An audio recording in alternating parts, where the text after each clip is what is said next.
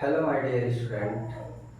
आज हम लोग नेक्स्ट क्लास में चलेंगे रिलेशन एंड फंक्शन में रिलेशन, जिसमें क्या पढ़ रहे थे हम लोग? रिलेशन की एक्सरसाइज चल रही थी। पहले क्वेश्चन का 1 2 3 हो चुका था। अब हम लोग उसका क्वेश्चन नंबर 1 का 4th करेंगे।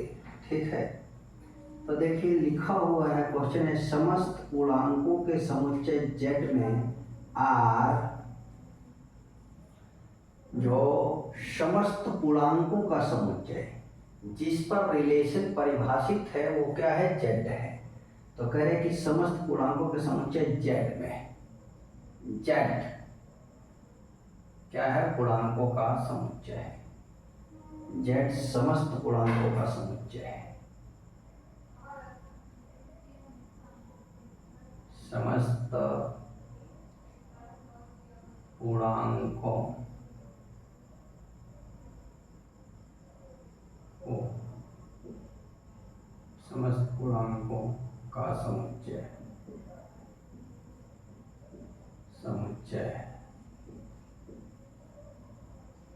ठीक है। समस्त पूर्णांकों के समुच्चय z में संबंध r, पूर्णांकों का समुच्चय इसमें आप समझ जाइए, जिसमें धनात्मक, ऋणात्मक, शून्य सभी होते हैं।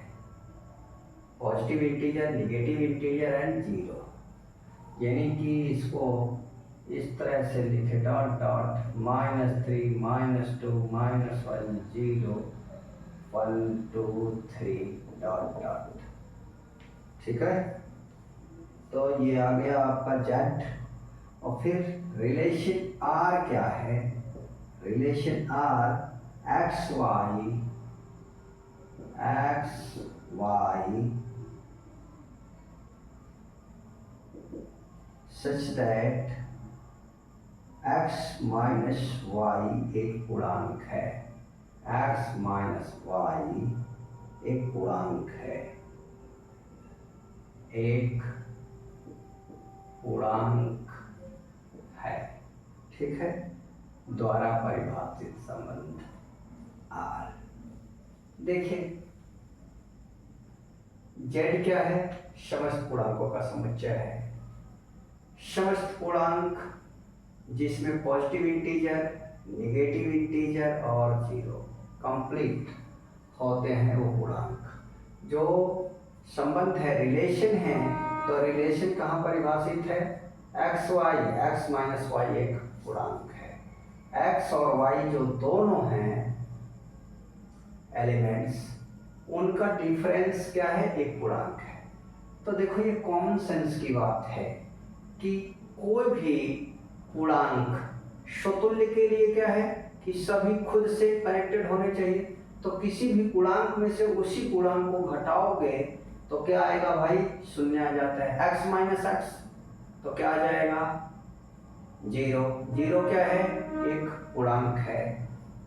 तो स्वतुल्य के लिए, स्वतुल्य के लिए, स्वतुल्य के लिए क्या है भाई? x minus x is equal to क्या? जीरो, जो कि एक पूर्णांक है, जो कि एक पूर्णांक है। ठीक है, तो किसी भी पूर्णांक में से उसी पूर्णांक को घटाना है। हमारा रिलेशन में क्या दिया है कंडीशन कि x y such that x minus y एक पूर्णांक है। एक्स वाई इस प्रकार हो कि एक्स में से वाई को घटाए, एक्स वाई का अंतर क्या मिलना चाहिए? पूर्णांक मिलना चाहिए। तो स्वतुल्य के लिए क्या है बेटा कंडीशन की? प्रत्येक एलिमेंट्स खुद से क्या होना चाहिए? संबंधित होना चाहिए। तो देखिए जो कंडीशन है, तो x और x का डिफरेंस क्या? जीरो। जीरो एक पूर्णांक है। अतः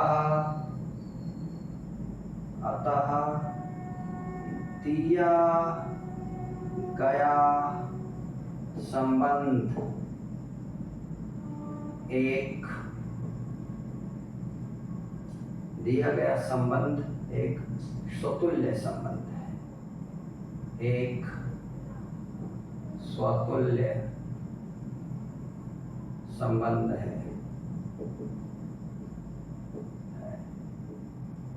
अब सममित सममित के लिए तो देखिए सममित में क्या है, कोई भी रिलेशन सिमेट्रिक तब होता है, सिमेट्रिक सममित तब होता है जब x का y से जो संबंध हो वही संबंध y का x से हो, यानी x और y परस्पर इंटरचेंज किए जाए। तो जैसे x माइनस वाई एक पूर्णांक है तो y माइनस एक्स भी एक पूर्णांक होना चाहिए। तो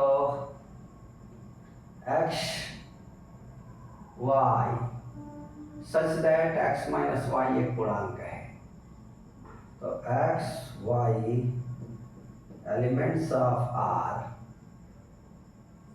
ठीक है। तो y x elements of R,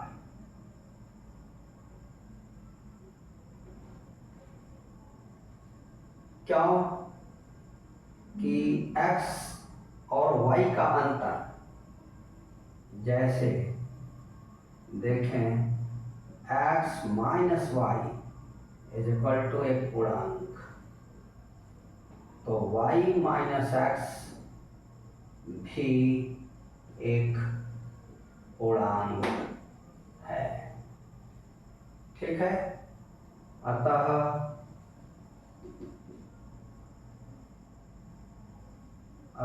दिया गया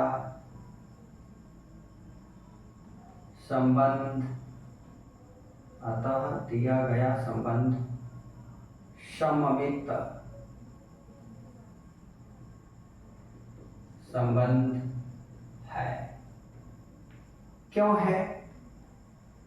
क्वेश्चन क्या है, x माइनस वाई एक पूर्णांक है, तो जैसे ये पूरा x और y, ये देखें इसमें से तो कोई भी नंबर लें 2 3, तो 2 माइनस 3 इज इक्वल टू -1, अब 3 माइनस 2 बदल दें तो 1, तो -1 भी एक इंटीजर है और 1 भी क्या है, एक इंटीजर है, इसलिए x और y का स्थान बदला जा रहा है।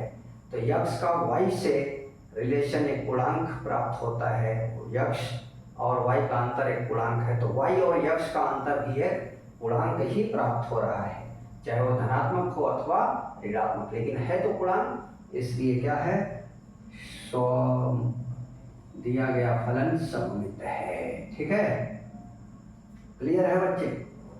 अब देखिए ये क्वेश्चन नंबर फर्स्ट का फोर्थ,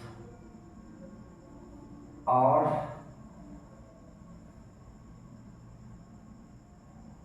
संक्रमक के लिए,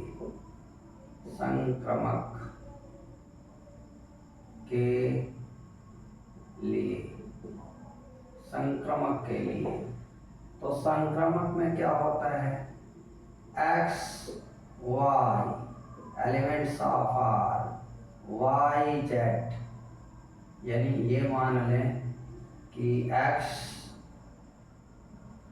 y और z elements of z,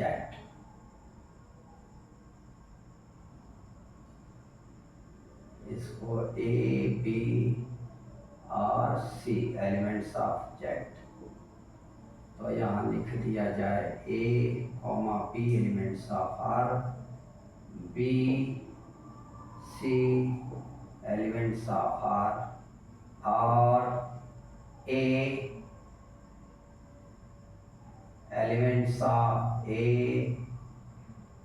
c elements of R। देखिए जैसे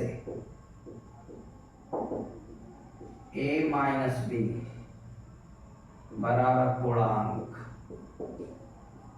a माइनस बी का अंतर एक पूर्णांक, b माइनस सी बराबर भी क्या होगा, एक पूर्णांक ही प्राप्त हो रहा है, फिर a माइनस सी भी क्या हो रहा है, एक पूर्णांक ही प्राप्त हो रहा है। अतः दिया गया संबंध एक सममित दिया गया संबंध एक संक्रामक संबंध है। ठीक है, यानी कि पूर्णांकों के समुच्चय में आज x y such that x minus y एक पूर्णांक है, तो स्वतुल्य के लिए कोई भी एलिमेंट्स का खुद से अंतर लिया जाए तो 0 प्राप्त होता है, जो कि एक पूर्णांक है। यही करें कि एक पूर्णांक है, एक्स माइनस वाई का अंतर क्या है, पूर्णांक है। तो किसी भी इंटीजर का उसी से डिफरेंस लिया जाए, किसी भी संख्या का उसी संख्या से अंतर लिया जाए तो एक शून्य प्राप्त होता है, जो कि एक पूर्णांक है। अतः स्वतुल्य संबंध है। सममित x y elements of are, तो y x elements of R, यदि यक्स का वाई से अंतर लेने पर एक पूर्णांक प्राप्त हो रहा है तो वाई का यक्स से भी डिफरेंस एक पूर्णांक ही प्राप्त होगा, इसलिए क्या है, सममित संबंध है।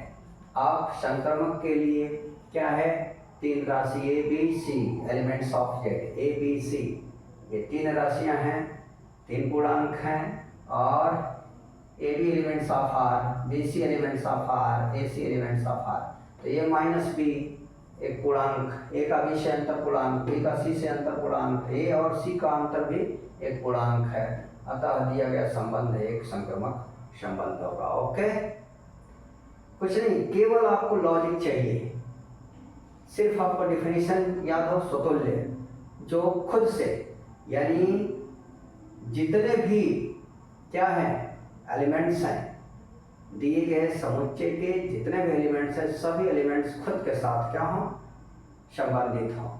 ठीक है, फॉलो कर रहे हैं तो एक्स और वाई का अंतर, एक्स और वाई 2 एलिमेंट्स हैं तो उनका अंतर एक पूर्णांक, तो इनमें से किसी पूर्णांक को लो, चाहे धनात्मक हो या ऋणात्मक, उसमें से उसी को घटाओ तो 0 देगा। जैसे -3 में से ही -3 घटा के देखो, -3 माइनस -3, तो -3 माइनस प्लस 3 क्या आ गया, 0। 0 क्या है, पूर्णांक है, तो स्वतुल्य संबंध है। ठीक है बेटे, अब इसी का पहले का 5वां क्वेश्चन देखो, 5वें में भी कई हैं, अब ये केवल लॉजिकल है। 5वां का, पहले का 5वां, किसी विशेष समय पर किसी नगर के निवासियों का समुच्चय में संबंध आर, जो एक सेट हमने मान लिया ए क्या है, एक समुच्चय है ए, किसी विशेष समय पर, किसी विशेष समय पर, किसी विशेष समय पर किसी नगर, किसी नगर के, किसी नगर के निवासियों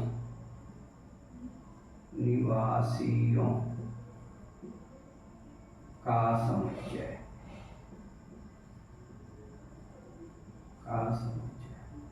किसी विशेष समय पर किसी नगर के निवासियों का समुच्चय है। ठीक है, क्लियर है। अब 5वां में कई ठो 5 ठो है। ए क्या है, संबंध r, r is equal to क्या लिखा है, एक्स वाई, एक्स तथा वाई एक ही स्थान पर कार्य करते हैं, x y such that x तथा वाई,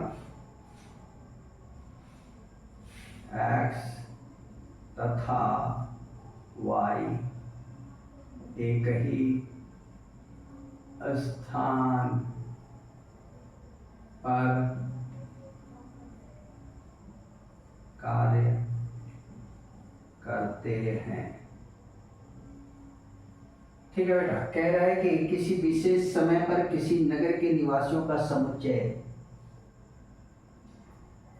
में निम्नलिखित संबंध आर क्या है, x y such that x तथा वाई एक ही स्थान पर कार्य करते हैं।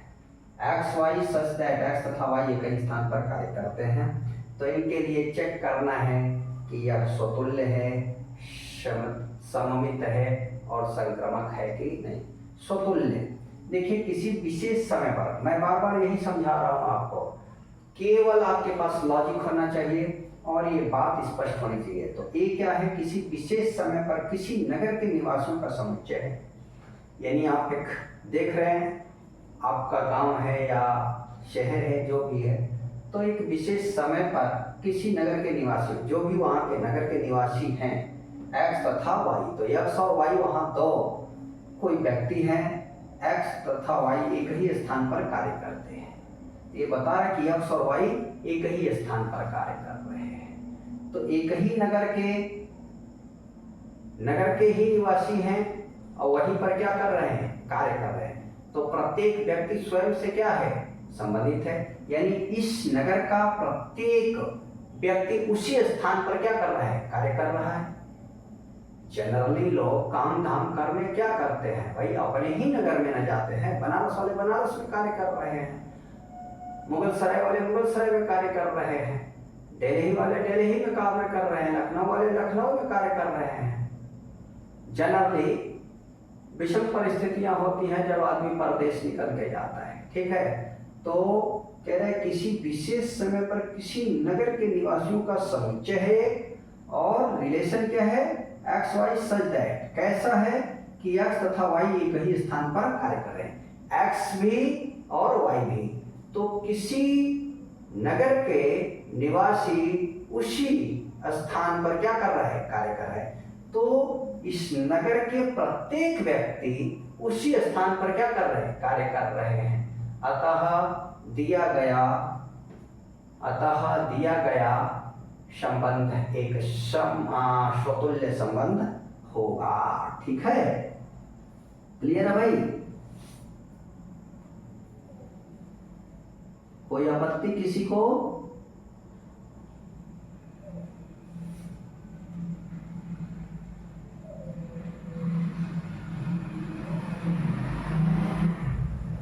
क्लियर है? केवल भाषा लिखनी है और कुछ नहीं लिखनी है आपको।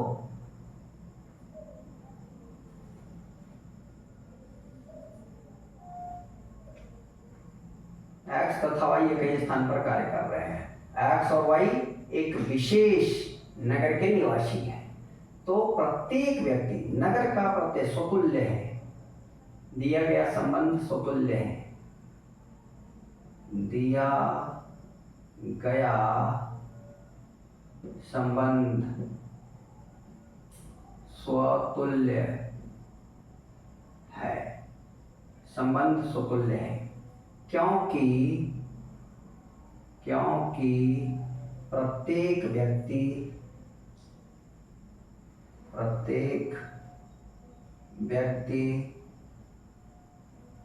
उसी स्थान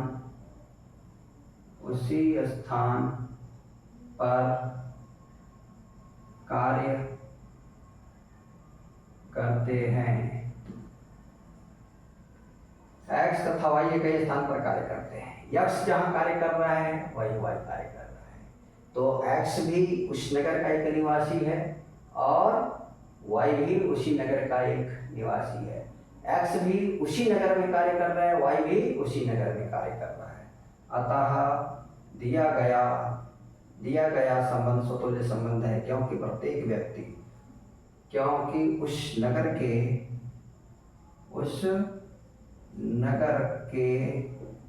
प्रत्येक व्यक्ति उसी स्थान पर कार्य करते हैं, ठीक है। सममित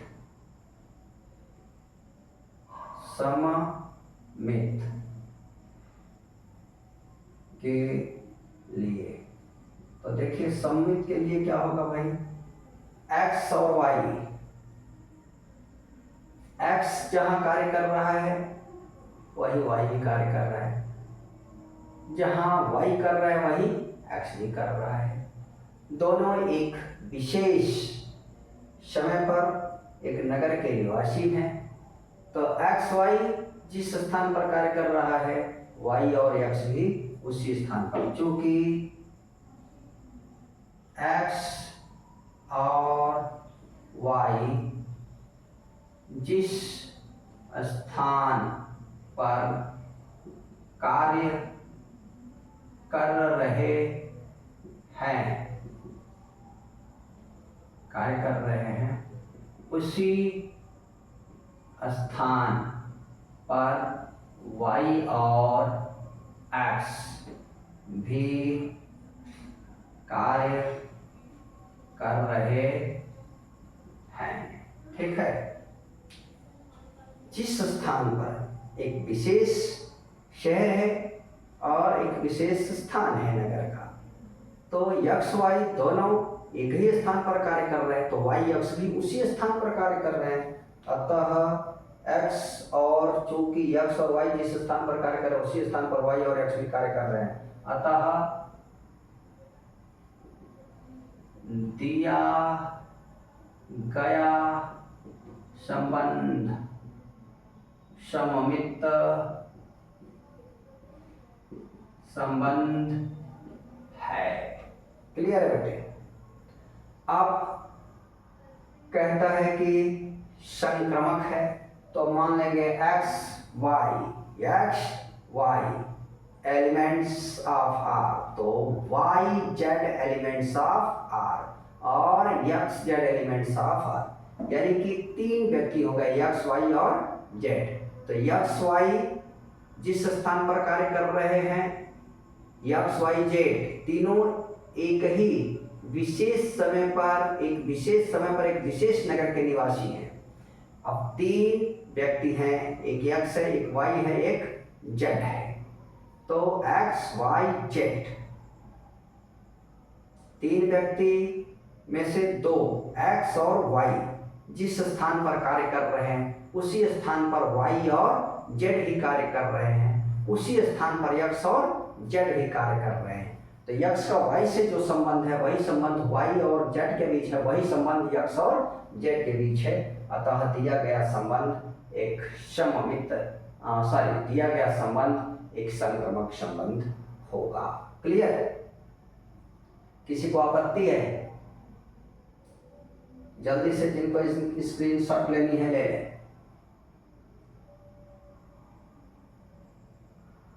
मैं साइड में हूं, आप स्क्रीनशॉट ले लें। ठीक है, तो देखिए अब इतनी बात तो बनी। अब इसका संक्रमक, तो अब आपको क्या लिखना होगा यहीं पर कि संक्रमक के लिए आपको लिखना पड़ेगा क्या कि जो कि x y elements of R, y z elements of R और x z elements of R, x y y z x z elements of R, x और y जहाँ कार्य करते हैं लिख सकते हैं x और y जिस स्थान पर कार्य करते हैं उसी स्थान पर y और z भी कार्य करते हैं तथा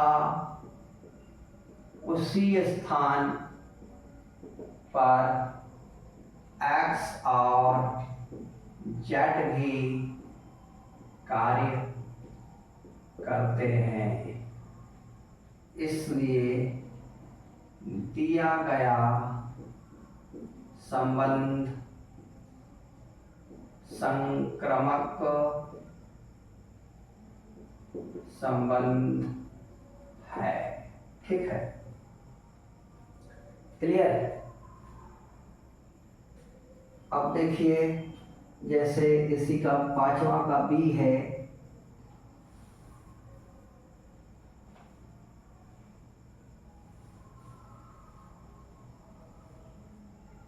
ठीक है भाई?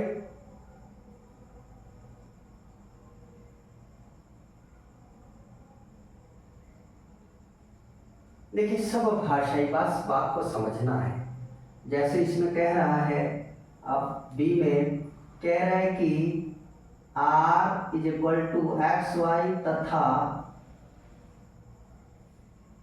r is equal to x y such that x तथा वाई एक ही मोहल्ले में रहते हैं। ठीक है,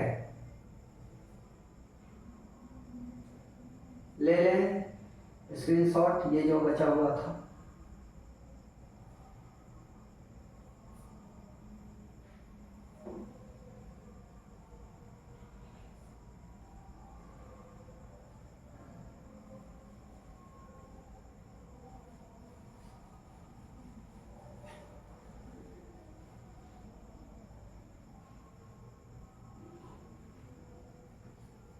आर एक्स वाई, एक्स तथा वाई एक ही मोहल्ले में रहते हैं,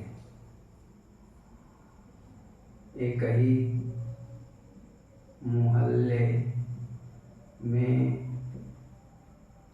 रहते हैं। ठीक है, एक किसी विशेष सड़क पर किसी नगर के निवासियों का समुच्चय है x y such that x तथा वाई एक ही मोहल्ले में रहते हैं। अब बताना है कि स्वतुल्य है कि नहीं है। ठीक है भाई, तो x और y एक ही मोहल्ले में रहते हैं। ठीक है, स्वतुल्य हैं। ये स्वतुल्य क्यों होगा? क्योंकि उस मोहल्ले का प्रत्येक व्यक्ति वहीं पर रहता है, स्वतुल्य है, स्वतुल्य है। क्यों कि उस मोहल्ले का प्रत्येक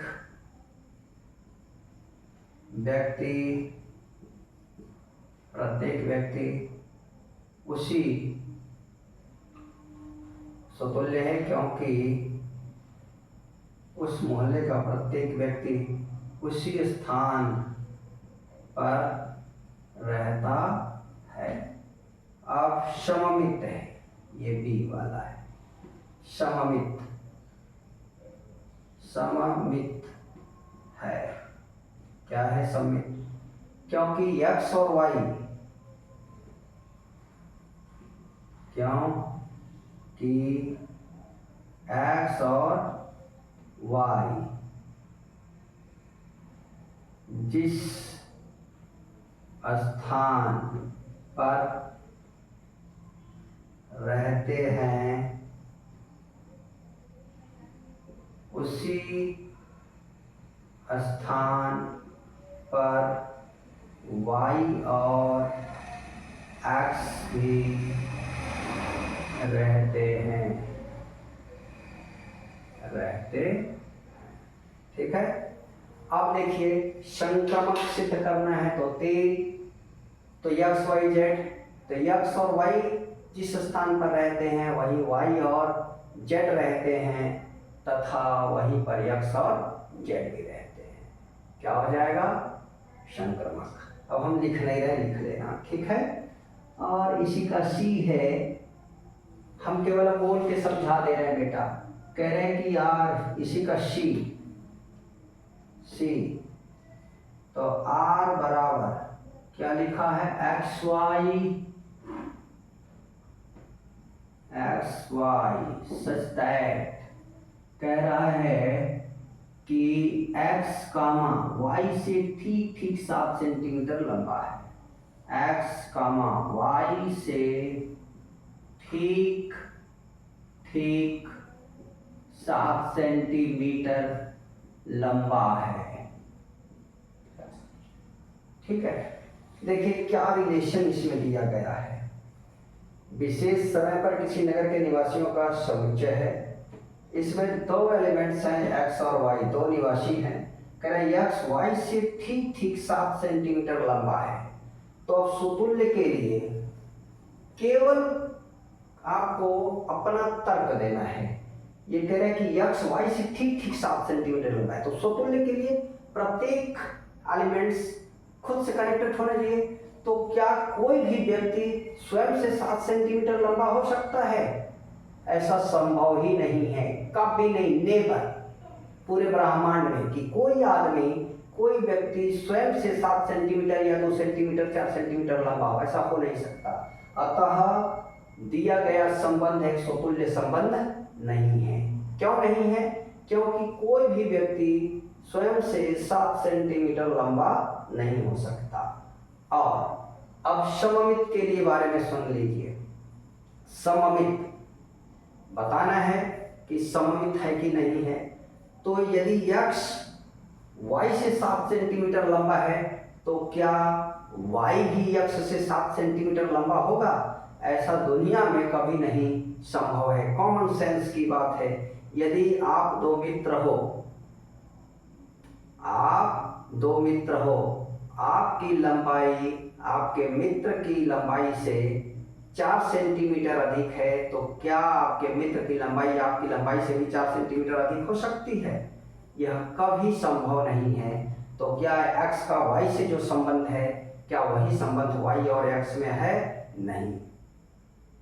क्यों? सिमेट्रिक के लिए x का y से जो संबंध है वही संबंध y का x से होना चाहिए। तो यहाँ कह रहा है कि x y से ठीक ठीक 7 सेंटीमीटर लंबा है, तो क्या y भी x से 7 सेंटीमीटर लंबा हो सकता है? इट इज इम्पॉसिबल, यह असंभव है। इसलिए दिया गया संबंध, ये जो संबंध है कि x y से ठीक 7 सेंटीमीटर लंबा है, यह रिलेशन क्या है? सममित संबंध नहीं है। अब 1 2 3 एलिमेंट्स ले जाएगा x y z। यदि x y से 7 सेंटीमीटर लंबा है और y z से 7 सेंटीमीटर लंबा है, तो क्या x z से 7 ही सेंटीमीटर लंबा होगा? यह भी संभव नहीं है। ठीक है कि नहीं है? x y से 7 सेंटीमीटर, y z से 7 सेंटीमीटर लंबा है, तो x और z के बीच यही 7 वहां 7, 14 सेंटीमीटर का डिफरेंस हटाएगा बेटा। ठीक है? इसलिए यह संक्रमक संबंध नहीं है। ये संक्रमक संबंध तब होता जब x y से 7 सेंटीमीटर लंबा है और y z से 7 सेंटीमीटर लंबा हो और x z से भी 7 सेंटीमीटर लंबा होता। यदि इस बात को फॉलो करता तब यह दिया गया संबंध आपका क्या होता? संक्रमक, ट्रांजिटिव रिलेशन होता। लेकिन ऐसा संभव नहीं है। यदि 3 आदमी ले लें, पहला आदमी दूसरे से 7 सेंटीमीटर और दूसरा तीसरे से 7 सेंटीमीटर लंबा है, तो क्या पहला और तीसरा के बीच जो संबंध होगा वो 7 सेंटीमीटर, पहला आदमी तीसरे आदमी से भी 7 सेंटीमीटर लंबा होगा? नहीं, ऐसा बिल्कुल संभव नहीं है। इसलिए दिया गया संबंध एक संक्रमक संबंध नहीं होगा। ओके, उम्मीद करता हूं कि आपको मेरी बात समझ में। मैंने कहा ना कि ये रिलेशन एंड फंक्शन पूरा लॉजिकल टॉपिक है। यदि आप सही सोच सकते हैं, आप ये जो, क्योंकि पूरा का पूरा संबंध हो या फलन हो, वो किस पर, किसी दिए गए समुच्चय पर परिभाषित होता है। तो उस समुच्चय को जाने जिसकी व्याख्या कर रहा है, जिस पर संबंध परिभाषित है, और जो संबंध परिभाषित है उसके बारे में आप उसके प्रत्येक एलिमेंट्स के बारे में देखें। यदि प्रत्येक एलिमेंट्स खुद से कनेक्टेड है, स्वतुल्य है, और x और y का जो संबंध है वही संबंध y और x में है, तो सिमेट्रिक है, सममित है।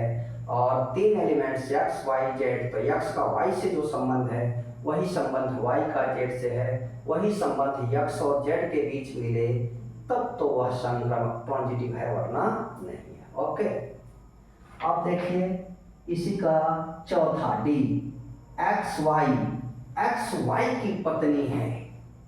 यहाँ पर जो चौथा वाला इसका है, ठीक है, C, ये D, ठीक है।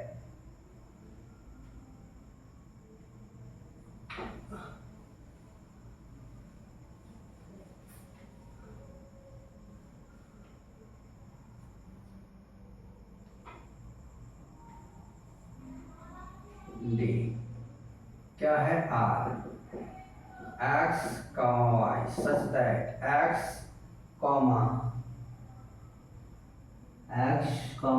y की पत्नी है, y की पत्नी है। समझिए आप केवल समझने की बात है। एक्स वाई की पत्नी है, ठीक है बेटा, एक्स वाई की पत्नी है। तो सुतुल्य के लिए दो एलिमेंट्स है एक्स और वाई, और कह रहा है कि एक्स क्या है, वाई की पत्नी है, एक्स वाई की पत्नी है, ठीक है, एक्स वाई की पत्नी है। जैसे हम एक एग्जाम्पल ले रहे हैं, सीता राम की पत्नी है, तो क्या सीता खुद की पत्नी हो सकती है? कोई महिला खुद की पत्नी हो सकती है?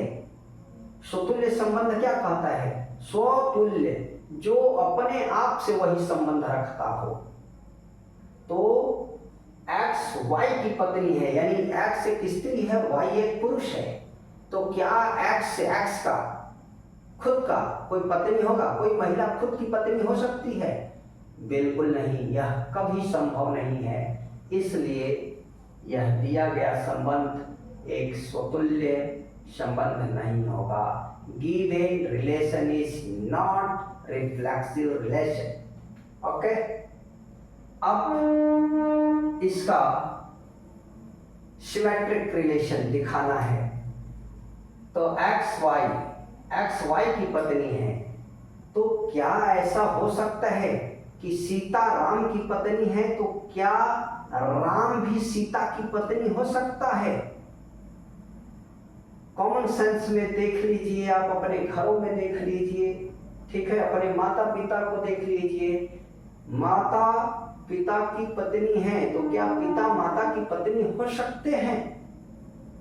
बिल्कुल नहीं हो सकते, ये नेवर, कभी नहीं हो सकता। तो यदि एक्स वाई की पत्नी है तो वाई एक्स की पत्नी नहीं हो सकती। इसलिए यह दिया गया संबंध एक सममित संबंध नहीं है। Given relation is not symmetric relation. Okay, अब देखिए ट्रांजिटिव के लिए क्या करते हैं, 3 एलिमेंट्स लेते हैं। तो हम मान लेते हैं एक्स वाई जेड क्या है, किसी विशेष समय पर किसी नगर के निवासियों का समुच्चय है।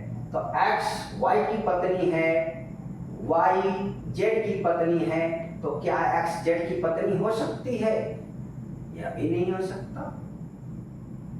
यह भी नहीं है कि एक्स वाई की पत्नी है, वाई जेड की पत्नी है, तो फिर एक्स जेड की पत्नी हो जाए, यह भी संभव नहीं है। इसलिए दिया गया संबंध संक्रमक संबंध नहीं होगा, यानी given relation is not a transitive relation. तो अब यहाँ क्या मिल गया कि दिया गया संबंध न तो स्वतुल्य है, न तो सममित है, और न ही संक्रमक है। केवल और केवल कंडीशन, भाषा, तर्क है, ठीक है कि नहीं है? आप दे सकते हैं, आप बहुत कुछ कर सकते हैं। अब पांचवा, x y such that x y के पिता है। X y such that x y के पिता है, ठीक है, एक्स वाई के पिता है। तो देखो भाई, अब एक्स वाई के पिता है, तो क्या कोई भी स्वयं का पिता हो सकता है? क्या एक्स एक्स का पिता हो सकता है? आप हो और आपके पिताजी हैं, ठीक है, तो एक्स वाई का पिता है, एक्स वाई का पिता है। जैसे राम और दशरथ ले लो, चाहे अशोक और बिंबिसार ले लो। चक्रवर्ती सम्राट अशोक का नाम सुना होगा, उनके बाप का नाम है सम्राट बिंदुसार। तो बिंदुसार एक्स हो गए, वाई अशोक हो गए, ठीक है कि नहीं है? तो एक्स वाई के पिता हैं, तो बिंदुसार अशोक के पिता हैं, तो क्या बिंदुसार स्वयं के पिता हो सकते हैं? कभी नहीं, ठीक है। क्या स्वयं अशोक खुद का पिता हो सकते हैं? कभी नहीं।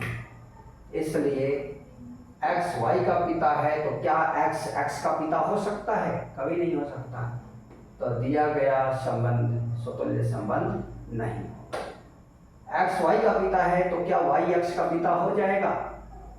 क्या बिंदुसार, सम्राट बिंदुसार पिता हैं चक्रवर्ती सम्राट अशोक के, तो क्या अशोक पिता हो सकते हैं बिंदुसार के? ना, कभी नहीं हो सकता। आप जिसके बेटे हैं, क्या आपके पिताजी आपके बेटे हो सकते हैं? यदि नहीं हो सकते हैं तो यह दिया गया संबंध एक सममित संबंध नहीं होगा।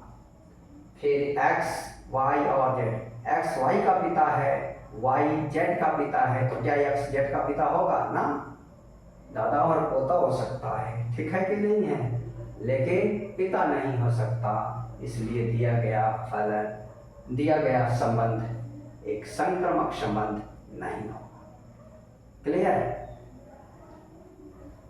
तो ये दिया गया संबंध ना तो क्या है, स्वतुल्य है, ना ही सममित है और ना ही संक्रमक है।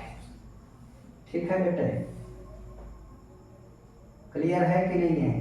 एक क्वेश्चन नंबर दूसरा है आपका, क्या है? सिद्ध कीजिए कि वास्तविक संख्याओं के समुच्चय R में a b such that a is less than or equal to b द्वारा परिभाषित संबंध R ना तो स्वतुल्य न सममित है और ना ही संक्रमक है। ठीक है, क्लियर? तो स्क्रीनशॉट लेना हो तो ले लीजिए, ठीक है। उसके बाद चले, आज क्लास यही ड्रॉप करते हैं, ठीक है, ओके। अब एक क्वेश्चन के अंतर्गत 5 क्वेश्चन, तो 4 और फिर 5वें में फिर 5 क्वेश्चन, आपको 10 क्वेश्चन हो गया। आपको देखने में लगेगा कि एक क्वेश्चन है, लेकिन यहाँ क्वेश्चन 10 है। आपको समझाने में समय तो जाएगा ही, ठीक है।